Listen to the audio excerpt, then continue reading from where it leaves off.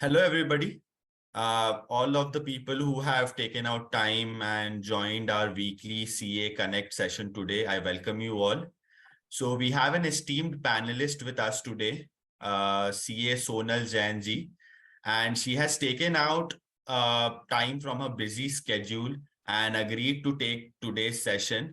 We are really glad and really hoping that today's session will be an informative and intuitive session for all the viewers who are present with us today. So about today's topic, I'll tell you a little bit about today's topic. So Sonalji has agreed that today the topic of discussion will be about GST Health Check Tracker with TallyPrime 3.0, which is our new release. So we will discuss year-end reconciliation of GST with various statutory aspects and much more. So after a long time, Sonalji has taken time and has come on to share her experience and knowledge with all of us. So a little bit about Sonalji, I'll just give a brief to our audience and everyone who is present and everyone who will be seeing this video. So she is a Tally evangelist. She is a CA. She has been working with Tally for quite a long time. She's an expert in Tally, and she heads indirect taxation for her firm, along with specialization in customs and FTP. So she is an active speaker. She has taken more than 150 sessions. She has taken these sessions on the topic of GST, Tally and system implementation, FTP, and customs as well. So we are really glad, and I really welcome, a warm welcome to you, Sonalji. I would wholeheartedly would request you to take over this session, take over today's CA Connect. Our audience are eagerly waiting to understand the topic of today's discussion and hear the words of wisdom from you. So over to you, Sonalji. Thank you so much again for being with us here today. Thank you, Abhishek, for warm introduction. And without waiting for much time, I'll start on the session. So I believe most of the audience are from CA background or are chartered accountants. So I welcome you all to today's session. See, basically my agenda for today's session is not to cover much about the accounting aspect or the GST entries aspect, but the points which I would be covering are very relevant from the year-end closure. See, we all have completed with the individual written filing. July has just ended with all individual filing. And now we all would be involved in statutory audits. As September is the due date for all stat audits, we all would be involved in tax audit and finalizing the balance sheet and books of accounts for year 22-23. So my today's agenda is that which are the important aspects which as a chartered accountant we should take care for complying that our client is GST compliant. See, generally what happens in earlier regime, during VAT and during service tax regime, we used to have around 10%, 20% time allocation for verifying service tax and VAT, and rest 80% was to look after income tax and FEMA aspect. But now the books of accounts are such that almost 50% area of work is allocated to GST. So when you are doing statutory audit, it is very important for we as a chartered accountant to ensure that my books of accounts or our clients' books of accounts are GST compliant. So today's session, I would be covering that as an auditor, which are the aspects or which are the track points which we should take care while finalizing our statutory books of accounts from angle of GST. So basically, I can say to wrap up this thing, today's point is very simple, that in entire year, the client GST was either done by their GST consultant or by our office or by client themselves. At the year end, we would be doing a complete GST health check as an annual compliance, whereby our objective is to safeguard client from GST assessments, from getting any query raised during audit, GST audit, and also to ensure that while signing this statutory audit, we as an auditor are not doing anything, we are very much GST compliant. So that's why I have covered all the major parts, all the topics which should be taken care by a stat auditor. So first, my entire session is divided into two parts. First, I will walk through entire Excel tracker. It is a 40 points tracker which will show that these are the points which we should take care while doing stat audit.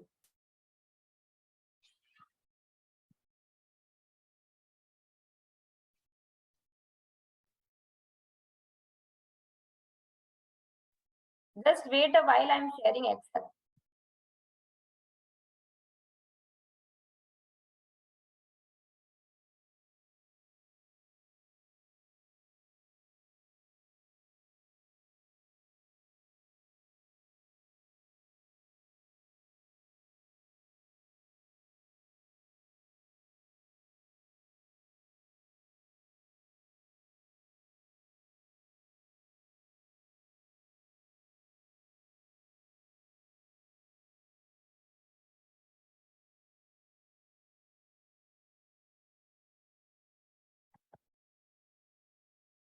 So friends,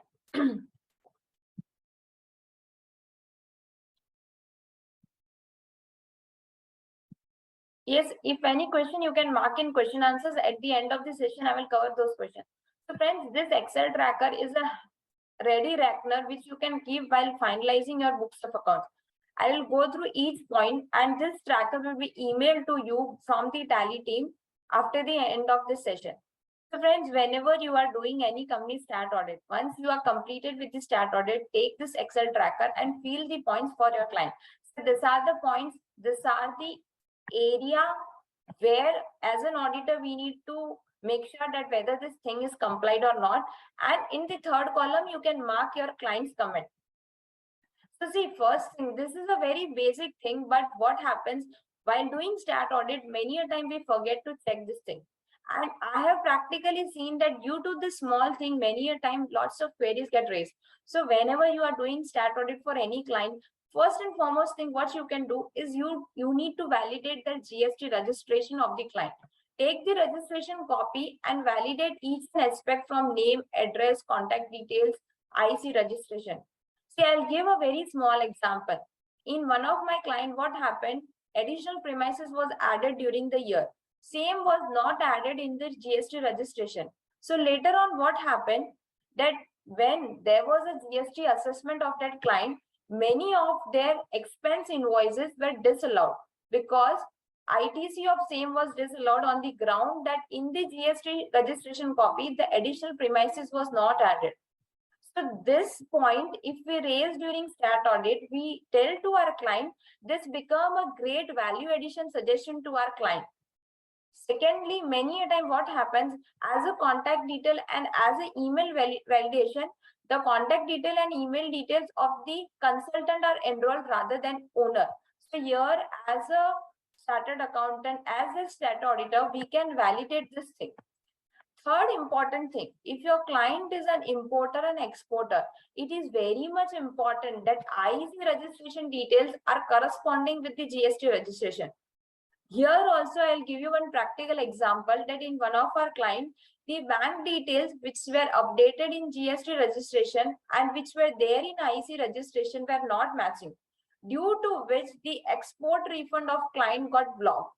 So by a very small suggestion, by correcting the GST registration copy during the year-end audit, we can safeguard our client from many of the aspects. And practically speaking, under income tax also, if the premises is not added, the expense get disallowed. And under GST, if the premises is not added, entire input credit get disallowed. See, this thing is practically happening in many of the assessee because what happened, client take the premises on rent as additional premises and same is not informed to their GST consultant or same is not informed to respective person who manage the GST. But as a year-end audit, we can suggest our client to correct their GST registration, thereby giving a value addition suggestion to a client. Second thing is, so first point is important from aspect of income tax as well as GST. The second point is very simple. It is about the last year. Whenever you are doing audit for 22-23, take all the documentation in context to 21-22. Am I audible, Abhishek ji? Anything to be added? Yes, you are completely audible, ma'am. It's Okay. clear, crystal clear. The third point is very crucial in angle to export. So if any of your business SSC, any of your client is in export, I would suggest to take the LUT as a part of your audit documentation. This we as an auditor many times forget, and what happened after 2-3 years, if the client is having GST audit and due to any XY reason, client forget to take LUT and he has done export, this ends up. There is a question from Mr. Manoj ji. Ma'am, I think you can address all the questions in the Yes, end yes, of I'll the take at session. the end, otherwise it will become. Yeah. So third point is important in angle. See what happens in case a assessee is an exporter and he has not taken LUT, then entire export benefits goes away, and during assessment you need to pay entire tax amount with interest and penalty. So as an auditor, as our checkpoint, as our health checkpoint, and as a tracker, we can make sure to take LUT as a part of our audit documentation. So for this year, for doing audit at the time of financial year 22-23, I request all the participants that for your clients, if your client is an exporter, make sure to take LUT as a part of audit documentation. Fourth important point is FIRC and BRC. This is again important from angle of exporter.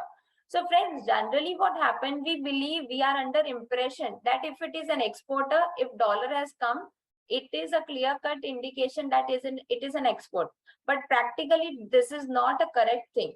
Under GST, under the GST rules, export is treated as export only when the remittance are supported either by FIRC or BRC. Now, what is FIRC and what is BRC? FIRC stands for Foreign Inward Remittance Certificate and BRC stands for Bank Realization Certificate. So basically, say today I am giving chartered accountancy services to a assessee who is living in Dubai, and I raise an invoice of $1 lakh. If for that $1 lakh, if I am getting FIRC, then only it would be treated as exports for me. So how to get FIRC? I need to tell to my AD banker to issue me FIRC for the remittance received from Dubai. Secondly, once I receive the remittance, I need to give my service exports proof. Then after I get bank realization certificate which state that my remittance is a genuine remittance. So if your client is a service exporter, you have to ensure that under a part of your GST health check, you need to check whether the services exports are supported by FIRC and BRC. Same is applicable for goods export. Under goods export, getting BRC is an easier task because under goods export, BRC is received once your export goods shipment container leaves from India. So for goods, it is based on shipping bill, but for services, we need to get it from bank. If your client is a service exporter, as a part of your stat audit, ensure to take FIRC and BRC as a part of your audit documentation.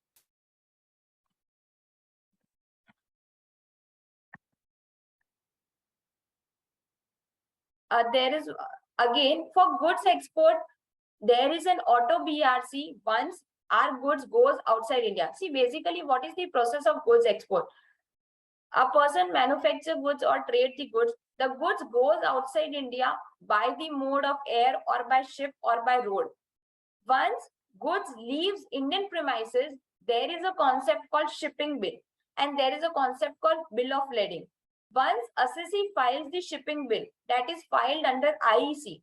So once shipping bill is filed and once remittance against that shipping bill is received, a bank realization certificate is automatically generated. So under goods, the BRC is connected with the export shipping bill. Now, under services, it becomes more important because under services, there is no mechanism to check whether services are going outside India or not, because services are rendered through online medium, either through email, either through online platform, either through server. So in India, for service export, nowadays GST department are very rigid and they want compulsory FIRC and VRC because there is no other mechanism which proves that services are actually exported. For goods, we have all physical movement proofs, but for services, there are no proof. So it is very necessary for an auditor to ensure that if your client is a service exporter, as a health check, you need to ensure that that service export is supported by FIRC or BRC. If it is not supported, then on any given day, your client need to pay GST on that service value because there is no proof which will substantiate that this service is a genuine service export.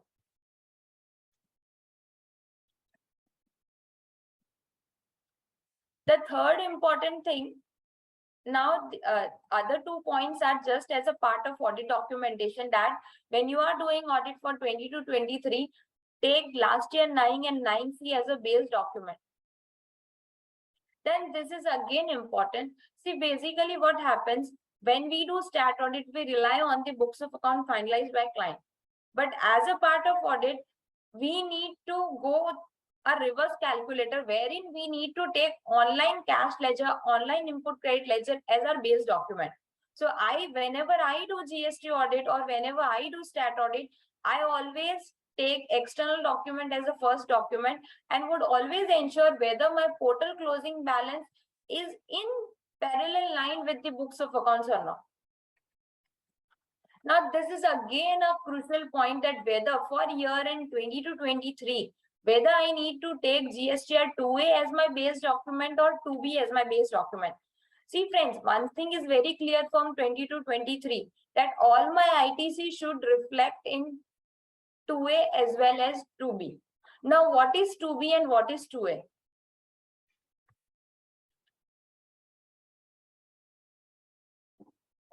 Okay. What is 2B and what is 2A? Basically, see what happens. Earlier, there was only one concept called GSTR-2A. But now, as government want that all the ITC should real-time be taken, means a buyer is eligible for input credit only and only that ITC is shown by the supplier. So to ensure this mechanism on a real-time basis, government has now came up with the 2B concept. Since last 1.5 years, 2B is as a key tool of verification and as a key tool of reconciliation. So for monthly RECO, as what I do, I generally take 2B as a base document, and for yearly RECO, if you are doing stat audit and if you want to ensure whether books of accounts are GST compliant or not in angle to input credit, what you can do, you can extract entire year GSTR-2A and you can share it to client for reconciliation. If you are doing reconciliation at your own end, what you can do, see, if I have done RECO on monthly basis and I've already done 2B RECO for all the months till March, then what I can do, I can simply take GSTR-2B from month of April to today, say August. So from April to August, I will just see that whether any last year transactions are there or not. Then if any last year transactions are there in current year, say 23-24, I need to simply incorporate those transactions. So there are two scenarios. If you are already doing monthly RECO of 2B, then what you can do, you can simply take current year 2B and you can identify transaction pertaining to last year and you can give effect of those transactions. That will save lots of time. But say if that client is only for stat audit and if you want to do entire year reconciliation and there are no monthly reconciliation done, that in that scenario you take entire year 2A and do reconciliation based on 2A. So we need to wisely decide that which document I need to take. I need to take 2A or I need to take 2B. And taking this document is very crucial because your entire input credit is dependent on this document. Your input credit validation is dependent on the base document which you are taking. So what I generally do, if it is all RECO to be done from scratch, take 2A. If all monthly RECOs are done and only final effects are to be taken, take 2B.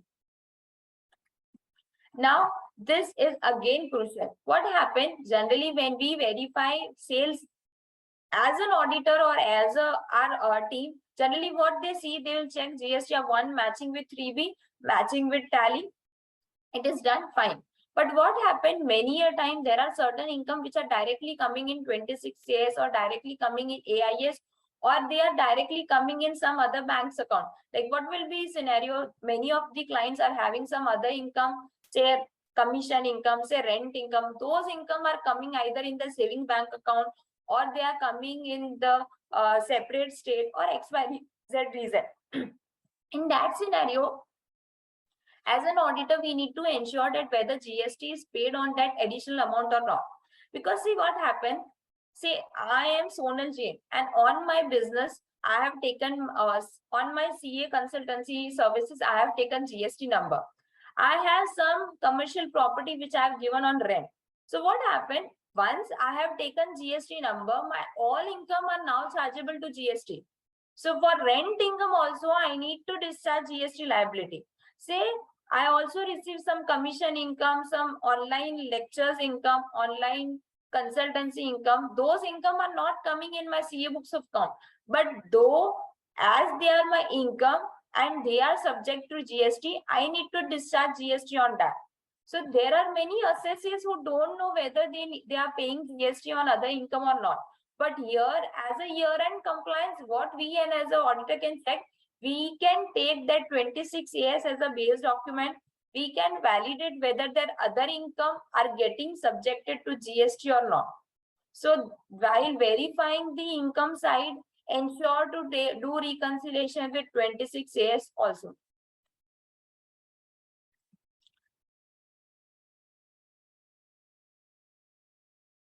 Now, the 10th point is,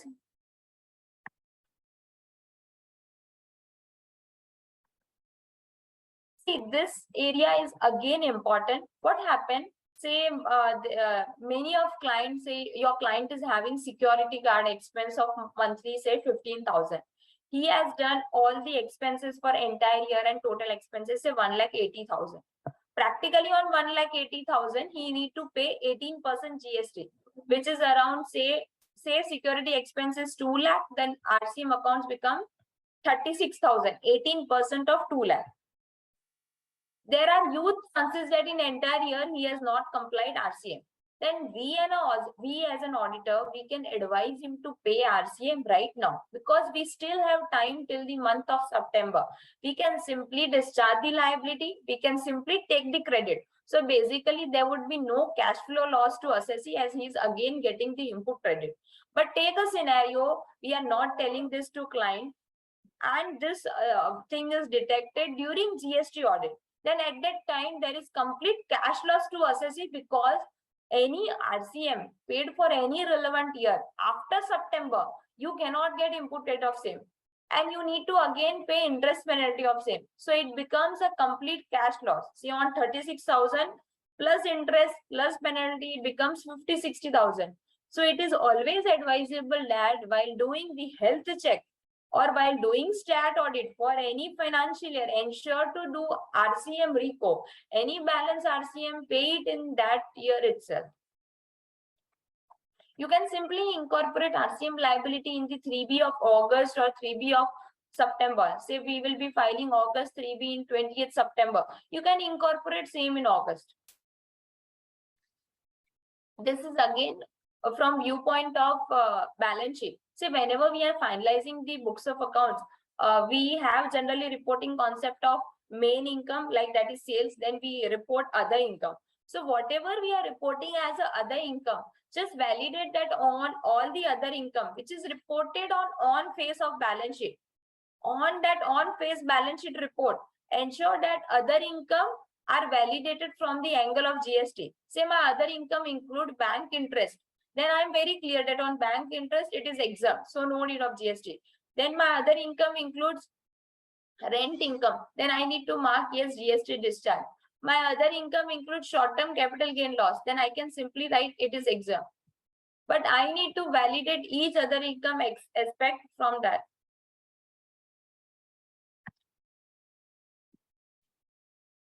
Okay.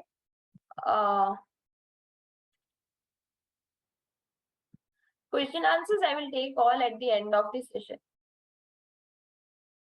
Then 12th point is again important. For each financial year, the way we prepare bank reconciliation, same way there is a reconciliation of input credit. So generally, as a part of health check tracker, what you can ensure, you need to ensure to have a transaction wise difference, and that transaction wise difference you can document in this tracker. So whenever any future at any future point you want to check which are the timing difference transaction, you can get from this tracker itself. Same way, I always make sure to mention those transactions in 9 also. So if you refer 9C in table 12, you can mention those transactions.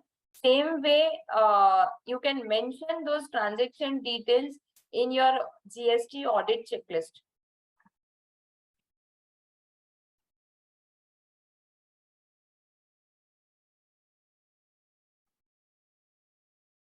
Now, this 15th point is very important, and nowadays income tax scrutiny as well as GST assessments are detected based on this. So this is basically called as a reverse calculator or a mechanism calculator, wherein department raise queries based on their artificial intelligence. So what they do, they generally go reverse calculation. Say assessee has taken ITC of say 18 lakh, then they presume that assessee is having purchase of 1 crore. So what happened under income tax scrutiny comes based on the parameter they say my sales I have reported in my income tax return as 80 lakhs, and I have reported my closing stock as say 10 lakhs, and I have taken input credit of say 18 lakh.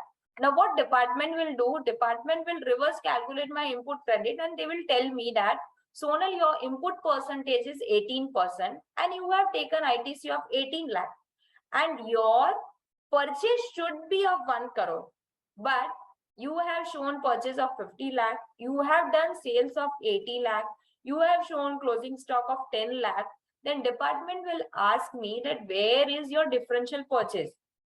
Then they can raise me a question sort of that either these purchases are wrongly routed, like I have sold them off paper, or I have taken ITC of someone else. So it is better that before department raise this question, we always ensure that by reverse calculation, we can ensure that our assessee books of account are grossly correct. So this mechanism, I'm not telling to check each purchase transaction, because we as an auditor are always a watchdog. We cannot go in depth to each transaction. But on a gross basis, we can validate this transaction by comparing on a gross basis. What we can do, we can simply pick the ITC, we can simply pick the purchase amount, we can simply do ratio analysis. And this will be a helpful aspect from the income tax as well as GST angle. GST department also raises query on same parameter.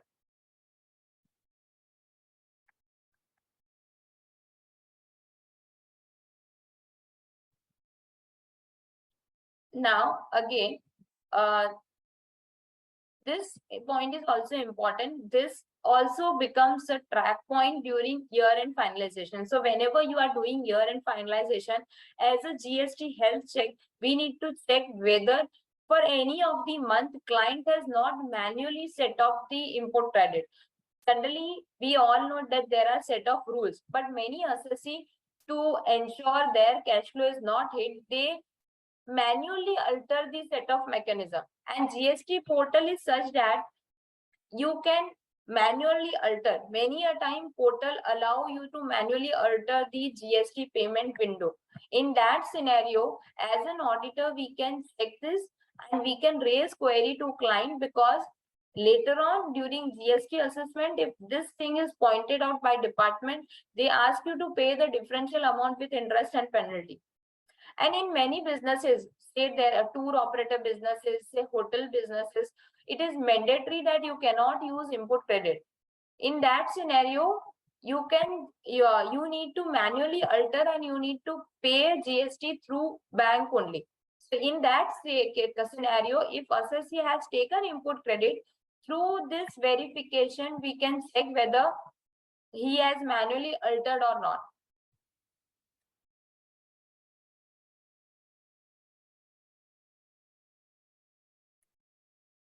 Now, there can be a scenario that client is having branches. So for branches, if any supplies are done inter-branches, always treat it as if they are supplied to a third party. So always route it, all those transactions should always be routed as if they are taxable supplies and not as a free of cost supplies. If those are free of cost supplies, we need to ensure to comply GST on sale. So if while doing stat audit, you find that client is having branches, then check the inter-branch transaction, and on those inter-branch transaction, whether GST is complied or not, that is to be checked. Adjustments of advances. So there can be scenario where there are advances of the earlier month recorded in the next month or adjusted in next month. This transaction is many a time missed in GSTR-1. So if your client business model is such that he has advances, this thing is to be taken care or to be checked at year end. Now this point is very important. I have marked it in red. The reason is that again, this thing is not seen on monthly basis. What my suggestion is here, that when you are doing year end basis audit, ask client to give sample sales invoices for 4-5 months. Randomly check the HSN mentioned in the invoices with the HSN mentioned in the registration. What happened that whenever client takes the registration, he gives 3 for HSN. And while doing business, he changes his HSN based on the business trend.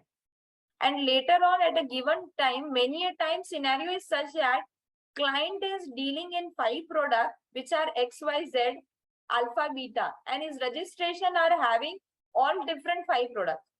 This creates an issue if the GST rates of those products are different.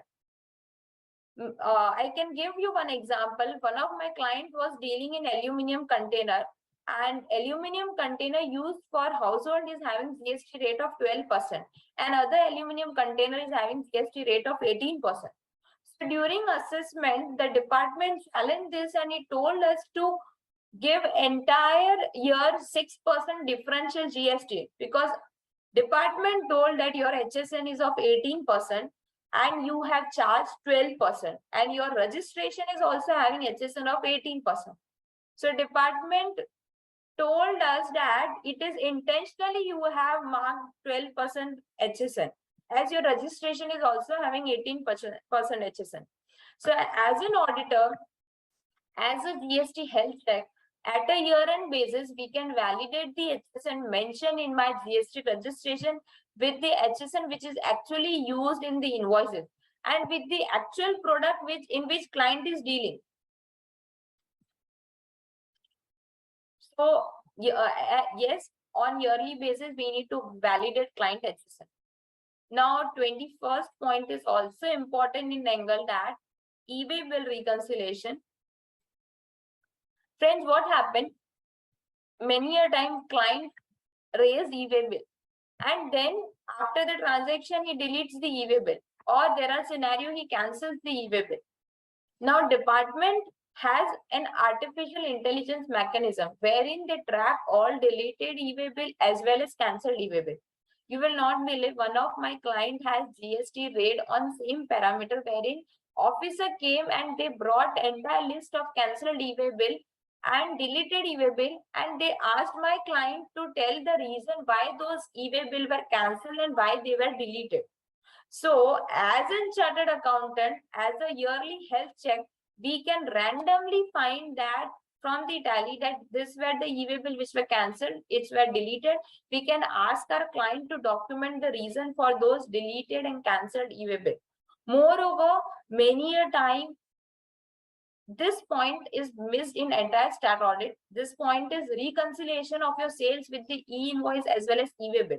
See, e-invoice is completely new. It has came since last 1.5 years. Many of clients are just, if they are raising all e-invoice and e-way bill from tally, then it is well and good. It is a one document through which sales invoice is done, e-way bill is done, e-invoice are done. So there are very less chances that there is any difference. But if there is a scenario wherein client is manually raising e-way bill, manually preparing e-invoice, then in that scenario, there are chances that there can be a difference between these three things. So as a part of GST health check practice, you can advise your client to have monthly reconciliation of these three things. And as a part of your stat audit, on yearly basis, you can have a reconciliation of these three. Now, this point, the 22nd point is also important in angle Z. What happened? Our GST portal always reflects our closing credit in three forms: CGST, SGST, IGST. Same way for cash. Electronic cash ledger reflects three things. Electronic credit ledger reflects three things. So there are simply 6 ledgers. So what I suggest, while doing stat audit, also always make sure that your audited financials under duties and taxes head also you have this 6 things only. Many a time I have seen many stat audit report wherein payable is standing at other head, receivable is standing at other head, RCM payable is standing at other head, input credit is standing at other head. So what we as an auditor we can do, we can always make sure that all set of entries are correctly parked, and even GST refunds are entries are correctly parked in the respective tally data or respective books of account, and the audited financial always have this 6 ledger which are matching with the online GST portal ledger. Now, point number 23, it says that is any canteen expense, notice pay expense, anything in the books of account of client. See, for notice pay, the circular is very clear. Now we don't need to pay GST on notice pay. But yes, in case if your client is having any sort of canteen expense,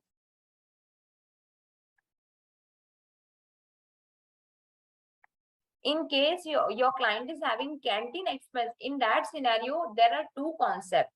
One thing, if canteen, if food supply is a part of employer-employee relationship, say my company is having 200 employees and I have in-house canteen, and my employment contract says that it is my moral duty or it is my company's cost to give food to those employees, and my salary is only the payment which I am giving to employees.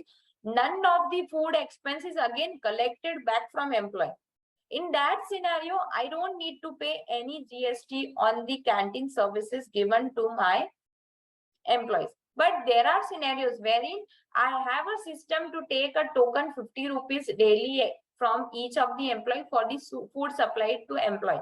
In that scenario, for whatever amount collected from my employees for canteen services rendered to employees, it is company's duty to discharge GST. So in case in this financial year, for any of your clients, you find canteen expense, please check whether any amount is collected back from employee. Then it is company's duty to comply forward charge. Otherwise, if this thing is not complied now, during assessment, you need to again pay same with interest and penalty. Now, this point is many a time missed by most of the assessors, and this become a crucial from the chartered accountant viewpoint, that for your clients, you need to ensure that for the creditors to whom they have not paid for more than 180 days, you need to reverse the input credit. This point is very commonly raised in all the GST audits and GST assessment. In last year, in almost all the GST assessments, I have observed this point. So better for this year, for all our clients, we ensure to check this point, whether payment to creditor is done within 180 days or not. If it is not done, we need to ensure that corresponding input credit is reversed on same or not. For this, yes, TallyPrime 3.0 can be very much helpful. We can see the aging report from Tally, and for all the creditor where the aging is more than 180 days, we can simply give the list to client and we can tell them to reverse the input credit for same. Because if it is not reversed today, later on, if it is reversed, you need to reverse it with 24% interest.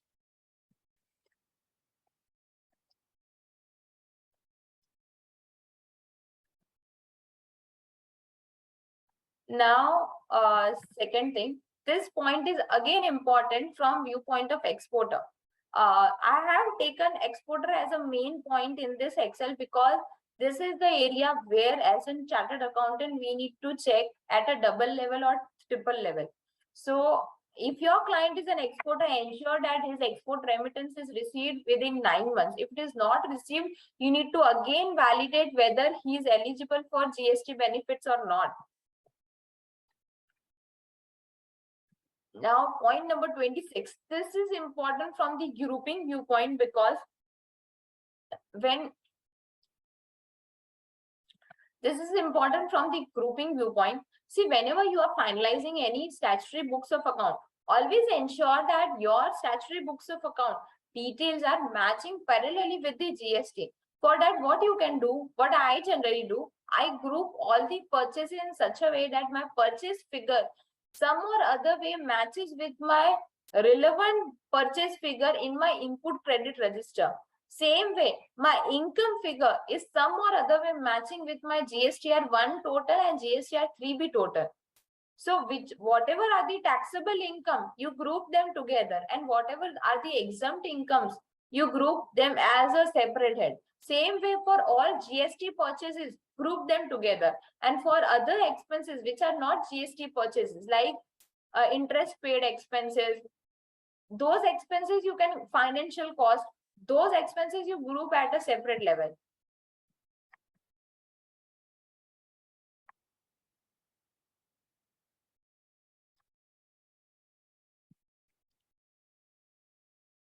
Now, this is from the grouping viewpoint. Now, 27 point is also important from angle that, see, what happens generally whenever we finalize any books of account at year end, many a time we suggest our client that this creditor are standing in your books of account since 10 years. Please write off that. So if you are writing off the creditor, that means it is your deemed income. So you need to discharge GST liability on same. Same way, if you are writing off any debtor, any creditor, it is very important that when we are giving suggestion of writing off, parallelly we need to give them the effect of GST. So if you are writing off any creditor, make sure that on that return of GST liability is discharged or not. Now, this point is crucial from angle that there are many assesses. Nowadays, online payments is a very simple thing as everyone is having credit card. So if your client is having credit card and he has done online payments in form of any foreign expense, we as an auditor need to ensure whether RCM is complied or not. So for that, we need to tell client to give the credit card statement, and we need to see each expense, whether that is subject to RCM or not.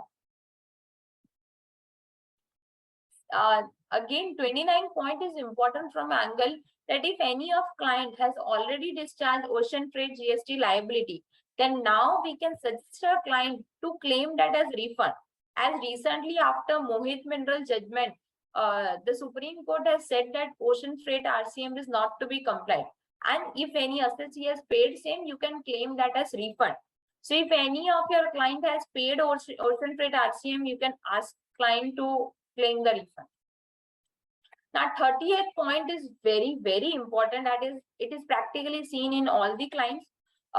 Many of your clients are paying online server rent. They are paying Amazon Web Services. They are buying online theme. They are buying online ebooks. They are using Zoom.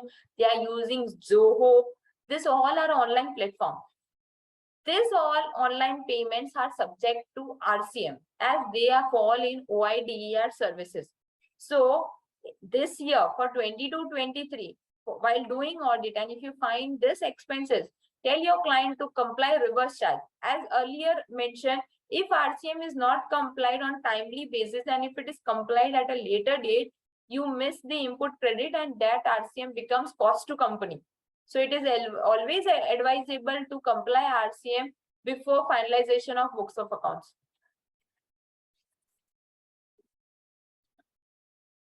Now, 31 point is ITC on prepaid expenses. Yes, while finalizing the year-end books of account, for all prepaid expenses, it is advisable to transfer the ITC to later year and claim that in a later year, because Even the ITC condition says that input credit is eligible only in that year in which year the goods or services are actually consumed. Then 32 points is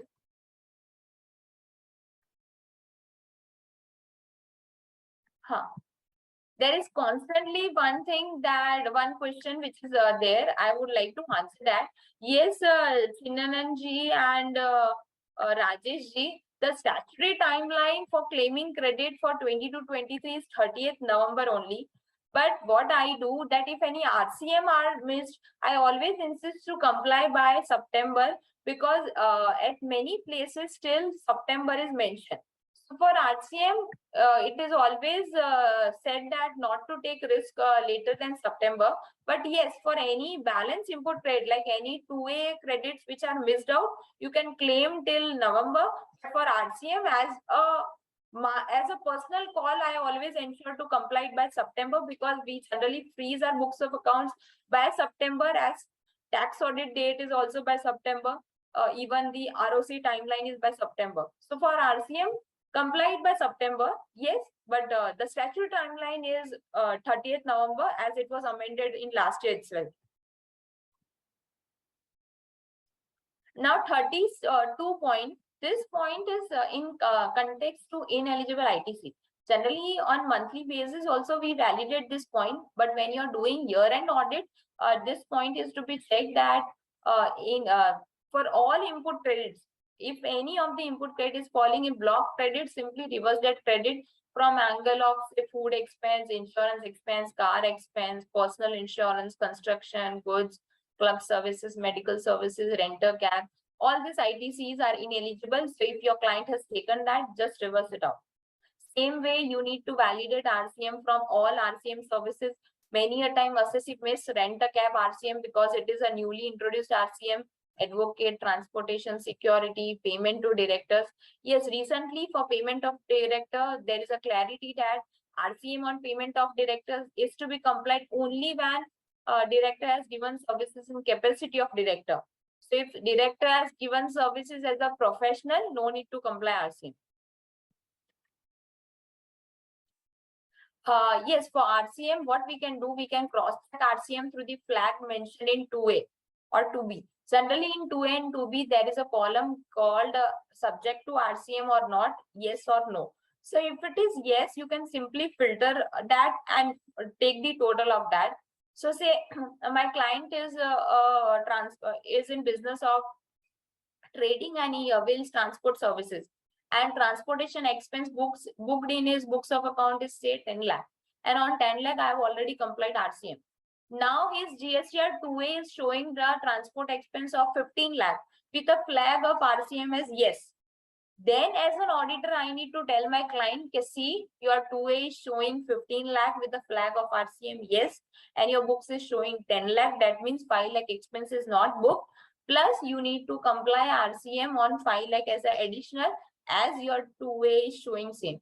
So yes, for RCM, you can take a reconciliation from the flag of RCM marked in 2A as well as 2B. In case your client is having any pending litigation, show cause, you can take those points in current year as a consideration. Now, 35th point is again very crucial. If your client is having any sort of exempt income, sale of land income, closing stock damage, sale of mutual fund, then you need to pro rata reverse the ITC, common ITC. So in case your client is having mutual fund sale, there are GST rule which says that we need to take 1% of the mutual fund as a value of exempt supply. And for all common credit, we need to reverse the ITC. Now question comes, what shall be taken as common credit? Then telephone expense, CA services, rent expense, all those expenses are to be treated as common ITC, and we need to proportionately reverse the input rate. This point is generally missed during monthly GST return, and this point is to be compulsory taken care at the year end. So that's why this is forming part of my GST Health Check. Now point number 36. For export, again, check sample sales invoice.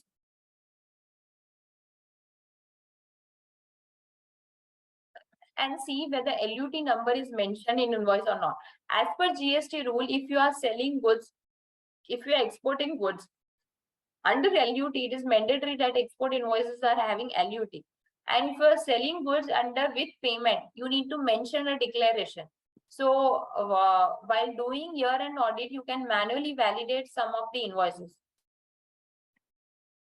Then 37th point is, in case your client is having any sale of used car, machinery, you need to check whether GST is complied or not on same.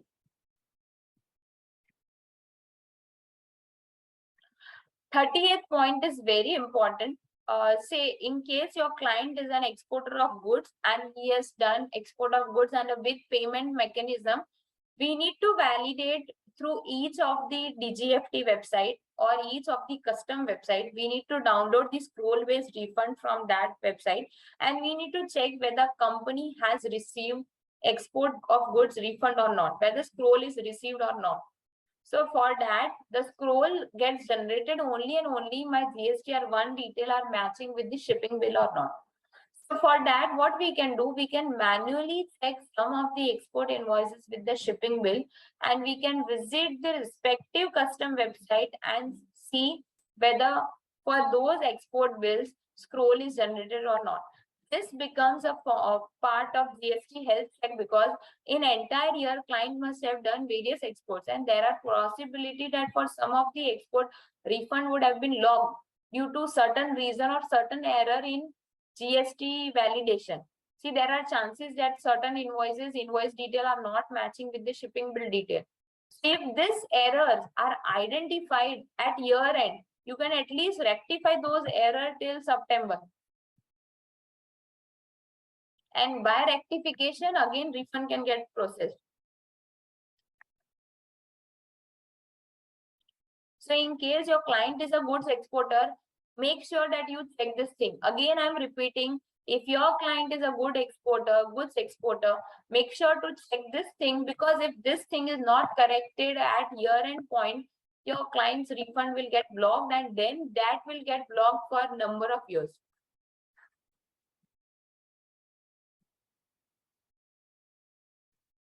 Okay, now point number 39, in case, just a moment.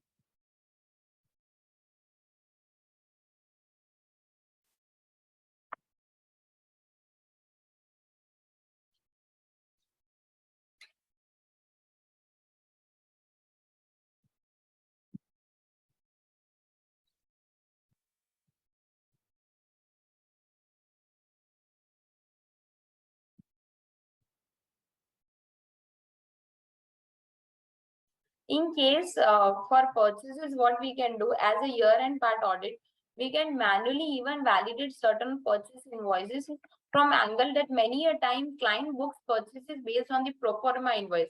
Now, what happened during GST assessment? The input credit gets straightway denied on the connotation that this invoice is not having correct address. It is a pro forma invoice. The purchase date is not correct, or any XY reason. So as a part of stat audit and as a GST health check, what we can do at a year end, we can randomly ask certain major amount purchase invoices, and we can tell our client to validate or correct if any invoices which are having purchase pro forma. Because see, even the supplier, see, I have purchased say 10 lakh value of goods from any supplier, and he has sent me pro forma invoices with wrong address detail. He can also correct the invoices and update same on GST portal, as my supplier is also having timeline till September only. So as a buyer also, I can ask my supplier to correct detail by statutory timeline. Now point number 40. I don't know about you, but nowadays many assessors are receiving notices of pending late fee and pending interest under section 50. So this calculation also we can do on manual basis for our client at a year-end basis. Say for entire year, I can manually check whether return are timely filed or not, and I can manually check section 50 interest. If any difference is there, that I can voluntarily pay right now rather than waiting for department notice. So basically, friends, this Excel tracker has 40 points which we all know, but there is no clear compilation of that. And my objective was to compile those points which we as an auditor can give a value addition suggestion to our clients. So this year, while doing audit, use this Excel tracker. This will help you to give value addition suggestion to our clients, and this will help to safeguard your clients from various issues and to have a smooth GST audit, smooth statutory audit, wherein you have 100% compliance considering all the GST health check points. See that one thing, let me correct myself, there cannot be always 100% compliance, but yes, through this health check tracker, you can validate many of these things. It is like same way a checkpoint, a tracker wherein we can check major aspect of our clients. Now, let me take questions as they are related to tracker, then we will again move to the presentation part. Now, there is question from Shitin ji that is FIRC and BRC mandatory for goods export? Then yes, for goods, BRC is mandatory. So you can get that from bank. Then there is question from Prakashji Kothari. If foreign remittance is received in advance, then yes, even when foreign remittance is received in advance, you will get FIRC. Tell your bank to issue FIRC. Then there is question from Rajesh Mangalji that credit available extended. Yes, it is extended till 13th November. For last year also it was extended. But for a statutory aspect, I generally prefer that for RCM, clear it till September. Then there is a question from again Chinananji. Is it 5% on full supply through canteen to company staff? Yes, it is 5% forward charge for food supplied through canteen to company staff. But if it is forming part of employee-employee relationship, then no RCM forward charge is to be compliant. Then again there is question, if the director is paid salary and TDS is deducted under 192, RCM is not applicable. Yes, if it is a salary and TDS is deducted, RCM is not applicable. For that, what I generally do, I even issue employment contract with the director, and there is even a payroll process for that director. And even in the monthly director meeting or in the quarterly meeting, you can show that director is working as an employee. Shall we bother about rate of tax levied in purchase invoice if both parties are not related? If parties are not related, rate of purchase doesn't matter. But yes, if it is related parties, the price should be as per market price. Okay, there is one question from CA Dipeshi. In case Amazon web server charges GST. Yes, if Amazon web server, see, Amazon are having two companies. They have now even enrolled Amazon company in India also. So if Amazon web server is charging GST, there is no issue. But if you're getting Amazon services directly from US, then in that scenario, you need to pay RC. So you need to check the invoice manually. Yes, you will definitely get the Excel copy. Abhishek will mail you, and I hope this Excel would be very much helpful to all of you. Any more questions related to this Excel? There are two more questions, just a moment. Okay, for personal guarantee given by director to bank, is RCM applicable? For personal guarantee, RCM would not be applicable. This is again in personal capacity. RCM applicable only for the services rendered as a director to the company. Is it mandatory GST portal address or client address same in Tally? Yes, for address, I would suggest it is always make sure that addresses are matching, because for addresses, there are many a time litigation raised for input credit allowance. So if your address is not matching, then there are chances that wherever those addresses are mentioned, your ITC would be disallowed. So better would be you addresses are getting matched. Thank you, Neelaji, for a warm comment that you like the Excel. Okay, now let me quickly cover through the points which are mentioned in Tally. So friends, basically, this was about Excel tracker. Now we'll move to the Tally part.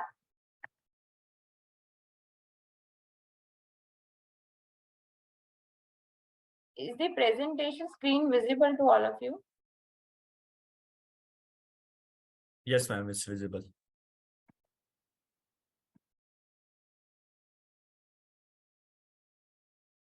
Okay. So from Tally part, I have just a quick recap on the how 3.2 we can have two-way reconciliation.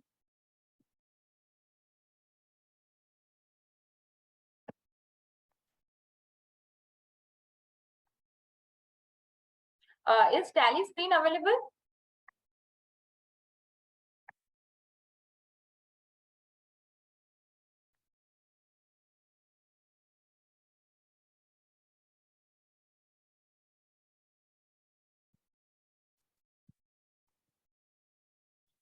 Okay.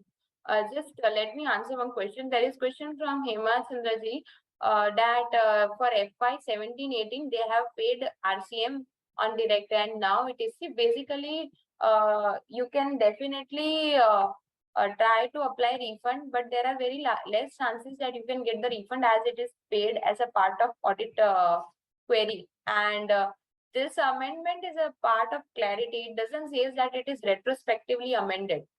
So yes, prospectively, it is clear that director RCM is payable only in the services given in capacity of director, but there is no clarity whether it is retrospectively amended. But yes, if I would at your case, I would have filed the refund stating that the intention of law was very clear that director RCM should be paid only in services under capacity of director, and you can claim the refund, and hopefully you can get the refund also. So friends, this is a Tally screen. There are 2-3 things which I would like to show which can help you as a part of audit assessment and which many of you are not aware. This is the gateway of Tally. Simply go display more reports. There are 2 points at bottom. One is exception report and one is analysis and verification.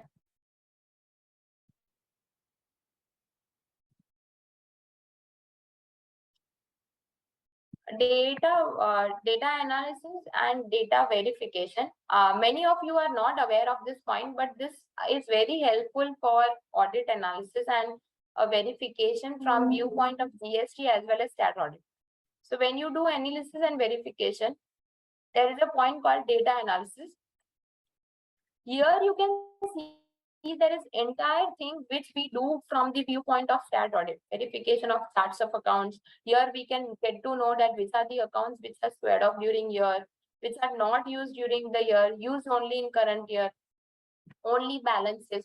So for only balances, we can simply tell client whether this balances exist or not, or they are to be written off.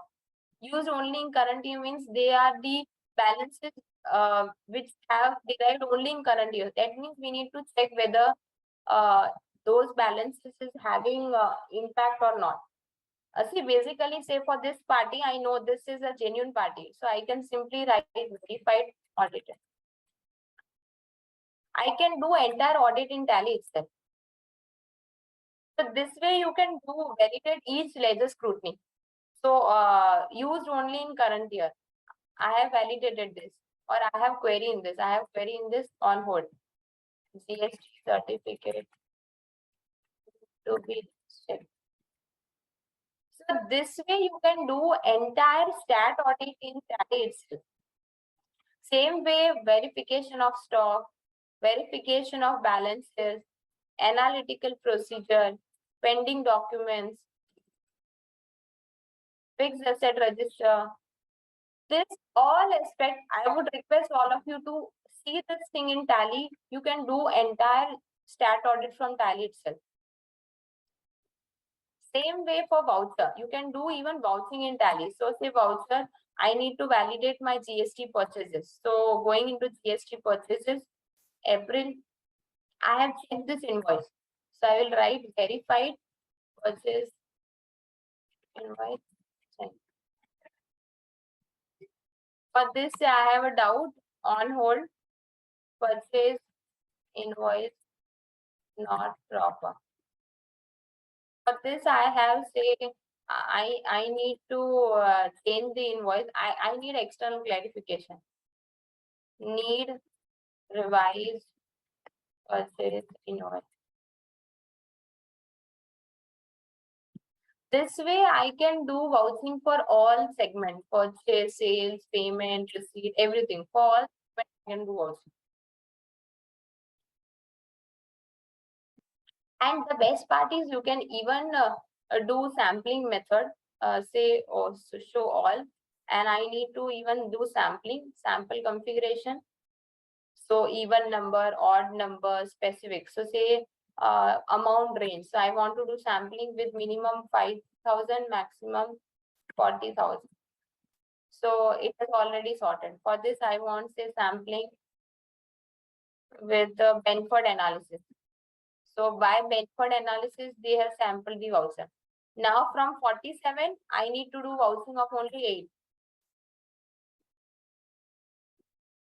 Now for this, I want internal observation. GSTR-1 is not matched. For this, say it is verified. This way, you can check each transaction, say verified. And we can even export this and save this as a part of our audit documentation. Same way for here, I can even have analysis and verification report. You can even see Benford details, like how sampling is done. So you can see that based on this scientific method, Tally has automatically sampled the voucher. Benford analysis is a scientific method of vouching. So as a CA, as a part of audit documentation, we can save this Benford analysis that Tally has itself sampled the invoices. So this is how you can do your year-end validation through Tally. This method is very simple. I can again show you how to do this in Tally. This is gateway of Tally.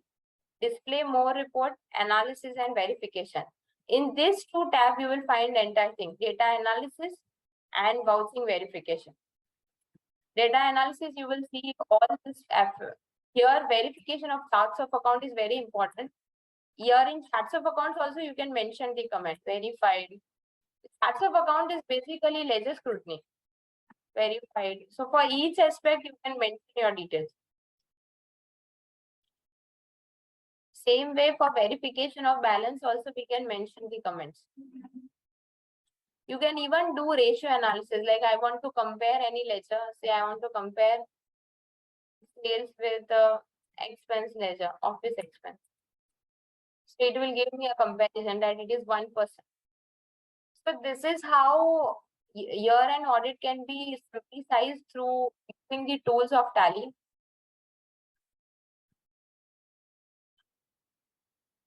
Okay, there is a question from Rajiv ji. No, this is available in all Tally, whether it is auditor version or normal version, it is available in all Tally.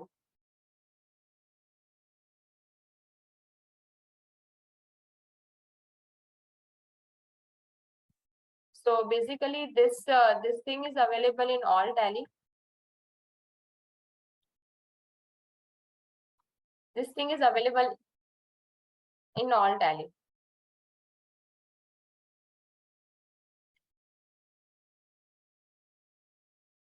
So basically, I would request all of you to use this tool. It is very important. Again, showing data analysis, analytical procedure. It is very much a useful tool and it will help you a lot.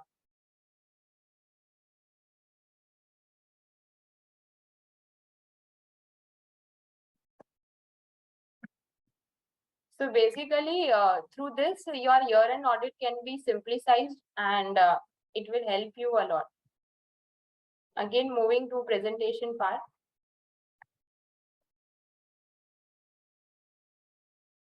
So this was, I showed you how we can get audit and analysis through Tally.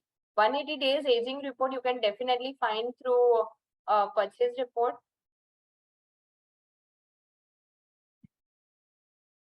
180 days aging report we can find from here. Display, daybook, sorry. Display more reports, accounts book. Statement of accounts, outstanding, receivable, and payable. From here, we can find the 180 days aging report. Now, how to do 2A, 2B reconciliation?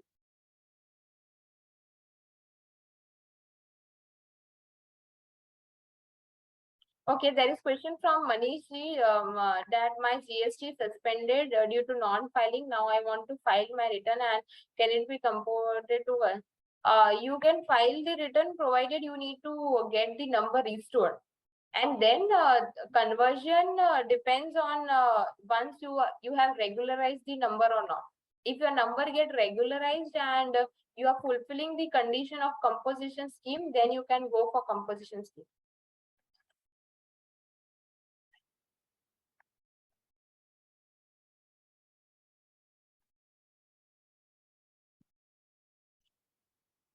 Now, 2B and 2A RECO in TallyPrime, we'll see a quick so basically, I have recorded a certain screen which shows how 2A, 2B RECO happens in TallyPrime.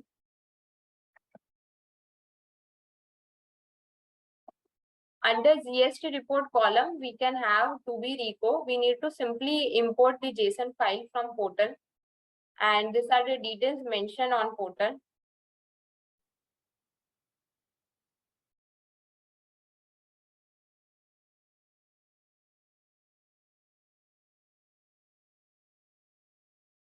And we can import the file.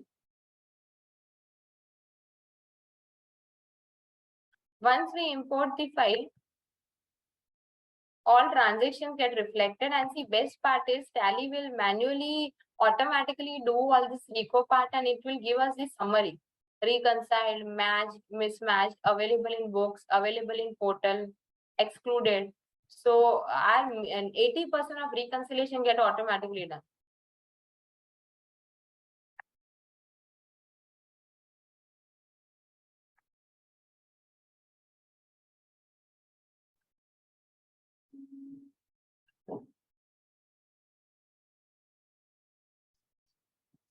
You can see even B2B invoices, B2B debit note, credit notes, all party-wise reconciliation is done.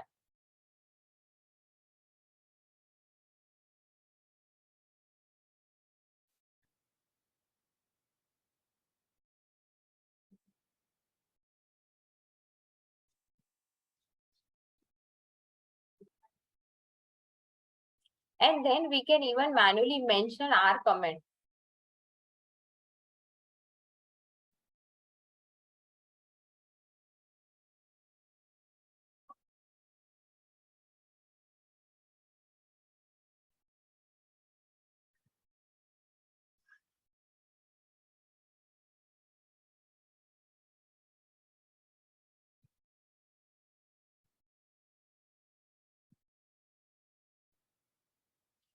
You can even see that we can even mention whether system. See, this is very new part. This is invoice of my Tally. Now, when I want to see that what my supplier has shown, I can even get details what my supplier has reflected.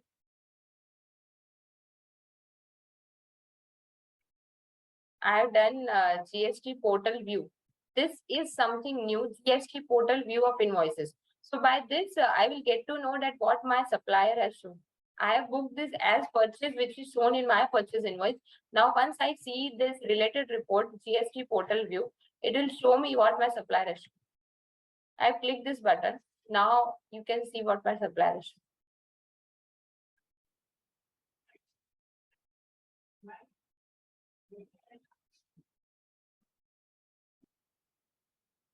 Now you can see all these blue details are coming from portal. So now basically Tally is real-time basis communicating with my GST portal through my GST login and seeing the details which my supplier has shown. So you can see my supplier has shown same invoice number, same type, GST and place of supply, amount detail, GST detail.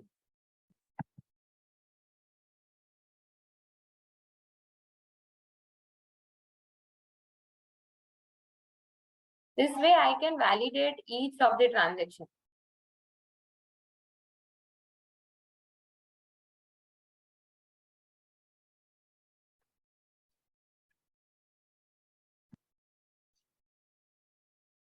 So any questions? Like this were the points which I tried to cover in today's session, looking to the year-end finalization and tried to cover various aspects which can help us in our yearly finalization, considering GST as a key area of audit. And I hope that tracker would be useful to all of you. I will mail the GST tracker to all of you. Abhishek, would you like to add anything, any question which is missed out? Ma'am, I think you have covered almost all the questions. I see some of the there are some new questions on the Q&A section. Just go through that if there are anything that you want to share, or Right. else the session was amazing. I'm quite sure, as I mentioned earlier before the start of the session to every one of the attendees, that this session is going to be very informative, very intuitive, and it was more than what we had expected. Yes, there are 2-3 questions which I can answer. Sure, ma'am. In case of sale of land mutual fund redemption, yes, ITC is to be reversed. Not total credit, but yes, common credit is to be reversed. This is the point which is raised during assessment. For mutual fund, you can use the valuation rule which says that for mutual fund, 1% of value of supply is only to be treated as transaction value. So say my mutual fund transaction is of 1 crore. I need to do reversal only on 1 lakh. Sorry, yes, 1 lakh. And that too only of common credit. There is one question of Vipulji. Please throw some light on debit notes and goods return ITC adjustment precaution. Yes, in case you are having debit notes and goods return, we need to reverse the ITC, and the precaution which we can take is that our e-invoice or the e-way bill is having corresponding effect on same. And secondly, the reversal is done in sales column and not in the ITC column of 3B. If it is done in ITC and column in 3B, there are chances that we need to justify same during assessment. Okay, there is a question from Name Qureshi ji, OIDR. So OIDR is basically online information database access retrieval services. Basically under India, if we are taking any of the online services from any outside country, we need to ensure that we comply RCM on that. So if your client is paying any sort of online payment, informing buying online games, online theme, online web server charges, email charges, Zoho charges, Gmail charges, Zoom charges, any sort of online payments, those payments are treated as foreign exchange outside payment, and we need to comply RCM on that. Okay. There is one question, how to reconcile 2A for multiple branch in Tally. Then Chetanji, in Tally 3.0 is multi-branch compliant. So whatever recording I showed is applicable for multi-branch also. You can do repo for multi-branch. Abhishek, I have answered almost all questions. Perfect. So, ma'am, again, thank you so much for today's session, walking us through the Excel tracker in detail. Quite helpful for everyone who attended. And yes, as ma'am mentioned, I will just email your request to TallyCare's Tally support team, and I'll make sure that you receive the presentation as well as the tracker from ma'am. Thank you so much, and thank you the attendees for patient listening. I hope I justified the topic given to me. Yes, thank you everyone. Sure. Thank you. Thank you, everyone. I'll be ending the webinar. And thank you again so much, ma'am, and have a good day ahead.